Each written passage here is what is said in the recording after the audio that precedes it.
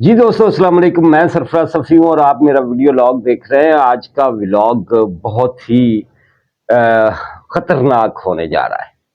اور وہ پنجابی میں کہتے ہیں نا تریڑیاں، مطلب مینو تو تریڑیاں آ رہی ہیں یار پہلے ہی، مطلب سوچ کے ہی کہ ساڈے پاکستان دے وچ ساڈے ملک کے اندر یہ کیا ہو رہا ہے یار، کیا ہونے جا رہا ہے۔ لیکن حقیقت یہ ہے کہ ہمارے پاکستان میں تو 75 سالوں سے یہی کچھ ہو رہا ہے اور ہوتا رہے گا۔ یہ بڑی خوفناک ایک سٹوری ہے انصاف کے ایوانوں سے، جو میں آپ سب کے سامنے رکھنے لگا ہوں۔ لیکن سٹوری کی طرف جانے سے پہلے ایک چھوٹی سی گزارش وہی کہ جس دوست نے ابھی تک میرا یوٹیوب چینل سبسکرائب نہیں کیا وہ سبسکرائب کر لے اور اس کی بیل آئیکن دبا دے، اور آپ کی لائکنگ چاہیے ہوتی ہے، آپ کے اچھے کامنٹس چاہیے ہوتے ہیں۔ یہ بتانے والی بات نہیں ہے، آپ بڑے لوگ ہیں ماشاءاللہ میرے ویورز۔ سٹوری ہے کہ ایک اچھا یہ مجھے آپ بتائیں کہ پاکستان کی سب سے طاقتور ترین شخصیت، جب یہ لفظ کہے جاتے ہیں کہ پاکستان کی سب سے طاقتور ترین شخصیت، تو کس کا عکس سامنے آتا ہے، کس کا چہرہ سامنے آتا ہے؟ کیا چاچو شہباز جو وزیر اعظم ہے؟ آسان ہے نا کہ وہ بیچارہ طاقتور کدھروں دا؟ کیا پریزیڈنسی میں بیٹھا ہوا آصف علی زرداری؟ نہیں، طاقتور ترین شخصیت پاکستان کی، اور ایک جرنلسٹ اس کے سامنے بیٹھا ہو۔ میرا خیال ہے آپ پہنچ گئے ہیں پنڈی، تو پہنچ گئے نا راول پنڈی آپ، اور وہ کہہ رہا ہو، طاقتور ترین شخصیت کہہ رہی ہو کہ یہ 6 کے 6 ججز جو ہے نا، جنہوں نے خط لکھا ہے سپریم جوڈیشل کونسل کو، یہ پیچھے ہٹنے والے نہیں ہیں۔ اس دن پیدا ہی نہیں ہوئے جس دن پیچھے ہٹ جائیں گے۔ اور یہ جو جوڈیشل کمیشن بنایا گیا تھا، اسے ہم چیلنج کرنے جا رہے ہیں، یہ نہیں رہے گا۔ مطلب رات یہ ساری ڈیولپمنٹ ہوئی ہے، گزشتہ رات، اب پھر رات ہو گئی ہے، اور آج وہ سب کچھ ہو ہی گیا۔ مطلب وہ جو جسٹس جیلانی کی سربراہی میں کمیشن تھا وہ بھاگ گیا، کمیشن ہی بھاگ گیا، اور قاضی فائز عیسیٰ کو از خود نوٹس لینا پڑا۔ لیکن وہ جو پٹیشن دائر کرنے جا رہے تھے نا یہ 6 ججز قاضی کی عدالت میں، وہ یہ تھی کہ اس کے لیے فل کورٹ بناؤ، کہ ہم پیچھے نہیں ہٹیں گے، ہم چھوڑیں گے نہیں اس معاملے کو، ہم اس کی تہ تک پہنچیں گے کہ ہمیں ایجنسیز جو ہے وہ تنگ کرتی ہیں، ہمارے کام میں خلل ڈالتی ہیں، ہمیں اٹھایا جاتا ہے، ہمارے رشتہ داروں کو اٹھایا جاتا ہے، کیمرے لگائے جاتے ہیں ہمارے بیڈ رومز تک، اور یہ وہ مطلب یہ ڈسکس ہو رہا ہے کئی دنوں سے۔ لیکن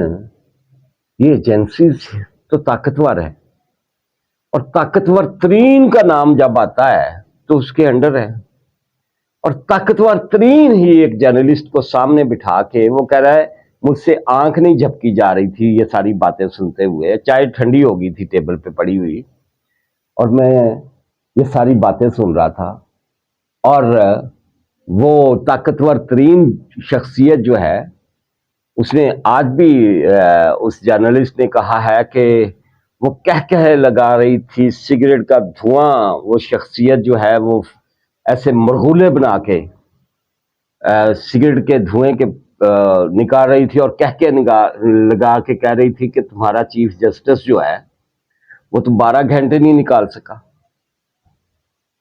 اس جرنلسٹ نے، میں ابھی نام بتاؤں گا، مطلب کوئی عام سا کوئی بندہ ہو تو مطلب آپ رکتے ہیں، سوچتے ہیں، 100 بار سوچتے ہیں کہ یار یہ ایویں کرتا ہوئے گا، لیکن وہ اتھینٹک بندہ ہے یار، اتھینٹک جرنلسٹ ہے۔ کبھی کبھی مطلب میں نے اس کا ولاگ 3-4 دفعہ دیکھا ہے، اور میں سوچتا ہوں یہ کوئی افسانہ گھڑ رہا ہے، یہ کوئی کہانی سنا رہا ہے۔ وہ جرنلسٹ کہتا ہے کہ میں نے اس طاقتور ترین شخصیت کے سامنے سوال رکھا کہ یہ 6 کے 6 ججز قاضی فائز عیسیٰ سے سپریم کورٹ کے چیف جسٹس سے ملے بھی تھے؟ وہ کہنے لگا ہاں ملے تھے اس کے گھر پر. تو وہاں ان 6 ججوں کو قاضی نے کہا تھا کہ تم نے میری کمر میں چھرا گھونپا ہے. تو جرنلسٹ نے کہا کہ طاقتور ترین شخصیت صاحب یہ تو بتائیں کہ کس حوالے سے چھرا گھونپا ہے، کیونکہ یہ تو مطلب اس طرح کا خط تو انہوں نے جو سابق چیف جسٹس تھے عمر عطا بندیال ان کو بھی لکھا تھا. تو وہ کہنے لگے کہ یہ سٹوری انہوں نے مجھے بتائی لیکن میں ابھی آپ کو نہیں بتاؤں گا، عوام کو نہیں بتاؤں گا، ابھی میں اس کو ڈسکس نہیں کروں گا. یہ جرنلسٹ کہنے لگے. ہاں انہوں نے کہا کہ ان ججز میں، ان 6 ججز میں ایک ایسا جج ہے جو الذوالفقار کا، جو پیپلز پارٹی کا ایک ونگ تھا نا، جسے کہا جاتا ہے کہ ہتھیار ونگ سی، کچھ بھی کہہ لو، کہ وہ طیارے اغوا کرتے، وہ بندے مارتے، یہ وہ، اور پیپلز پارٹی اس کو ڈینائی کرتی تھی. میر مرتضی بھٹو کا وہ ونگ تھا اور وہ طیارہ لے گیا تھا انڈیا، پھر وہاں سے کابل لے گیا تھا، اور یہ الذوالفقار تنظیم کا ایک رکن بھی ان 6 ججوں میں شامل ہے جو کبھی الذوالفقار کا رکن تھا. تو خود ہی بتاؤ کہ یہ پیچھے ہٹنے والے لوگ ہیں؟ نہیں، یہ اپنی ضد پہ کھڑے ہیں اور انہوں نے لڑ جانا ہے. وہ کہہ رہے تھے کہ ہم جو پٹیشن بنا رہے ہیں نا، وہ یہ بنا رہے ہیں کہ یہ جو چیف جسٹس آف پاکستان قاضی فائز عیسیٰ اور جسٹس منصور علی شاہ، یہ دونوں اس کورٹ میں، اس بینچ میں نہیں ہوں گے جو 6 ججوں کا فیصلہ جو مقدمہ سنیں گے. وہ بینچ جو ہے اس کا حصہ نہیں ہوں گے قاضی صاحب اور جسٹس منصور علی شاہ. اس لیے حصہ نہیں ہوں گے کہ یہ پرائم منسٹر سے مل آئے ہیں اس کیس میں، اس مقدمے میں. انہوں نے کہا کہ کیوں، مطلب پرائم منسٹر سے ملنے سے کیا ہو گیا؟ تو انہوں نے کہا کہ جب کوئی جج ایگزیکٹو سے مل لیتا ہے کسی بھی مقدمے کے حوالے سے تو پھر اخلاقی طور پر اسے اس بینچ کا حصہ نہیں ہونا چاہیے. انہوں نے کہا کہ 5 ججز ایسے تھے فل کورٹ میں جنہوں نے مخالفت کی تھی اس بات کی کہ وزیر اعظم شہباز شریف سے نہ ملا جائے، مطلب کہا تھا کہ نہ ملا جائے، جس میں اطہر من اللہ، جسٹس اطہر من اللہ کا نام بھی شامل ہے، جس میں عائشہ وہ ملک صاحبہ جو ہیں ان کا نام بھی شامل ہے، اور بھی ججز، اور مندوخیل جو ہے وہ 50-50 تھے. مطلب 5 ججز جو تھے وہ کہہ رہے تھے انہوں نے نہ ملو، وزیر اعظم نو نہ ملیے اسی، اور اس مقدمے دا اسی فیصلہ کریے اور کورٹ کے اندر کریں، مطلب سپریم کورٹ میں کریں. اور وہ کہہ رہے تھے کہ وہ جو ہے سپریم کورٹ کے ایک جج یہ گئے ہیں ہائی کورٹ، اسلام آباد ہائی کورٹ گئے ہیں، اور جا کے یہ چیف جسٹس عامر فاروق اور دیگر ججوں کو، ان ججوں کو ملے ہیں، اور جا کے انہیں یہ بھی کہا ہے کہ پھر سانو گولی مار دو، اور سانو پھر گولی مار دو. مطلب اس حد تک یہ بھیانک ہے معاملہ سارے کا سارا. اور انہوں نے کہا کہ ہم صرف یہ پٹیشن جو ہے وہ ججز کی طرف سے نہیں جائے گی، ان 6 ججوں کی طرف سے نہیں جائے گی، بلکہ اس میں کچھ بارز کی طرف سے پٹیشنز آئیں گی اور کچھ آزاد لوگ، مطلب کہہ لو کہ عام شہری، ان کی طرف سے بھی پٹیشنز آئیں گی. اور یہ جو فل کورٹ بنا ہے اب، از خود نوٹس لیا ہے جو قاضی فائز عیسیٰ نے، اس نوٹس کے بعد جو پرسوں عدالت لگے گی بدھ والے دن، اس میں سب سے پہلا اعتراض قاضی فائز عیسیٰ اور جسٹس منصور علی شاہ پہ آئے گا کہ تسی تے وچوں اٹھو نا، اس کورٹ میں آپ نہیں بیٹھ سکتے. یہ انتہائی عجیب و غریب معاملہ ہوگا اگر اس طرح کا اعتراض آیا. اور اسی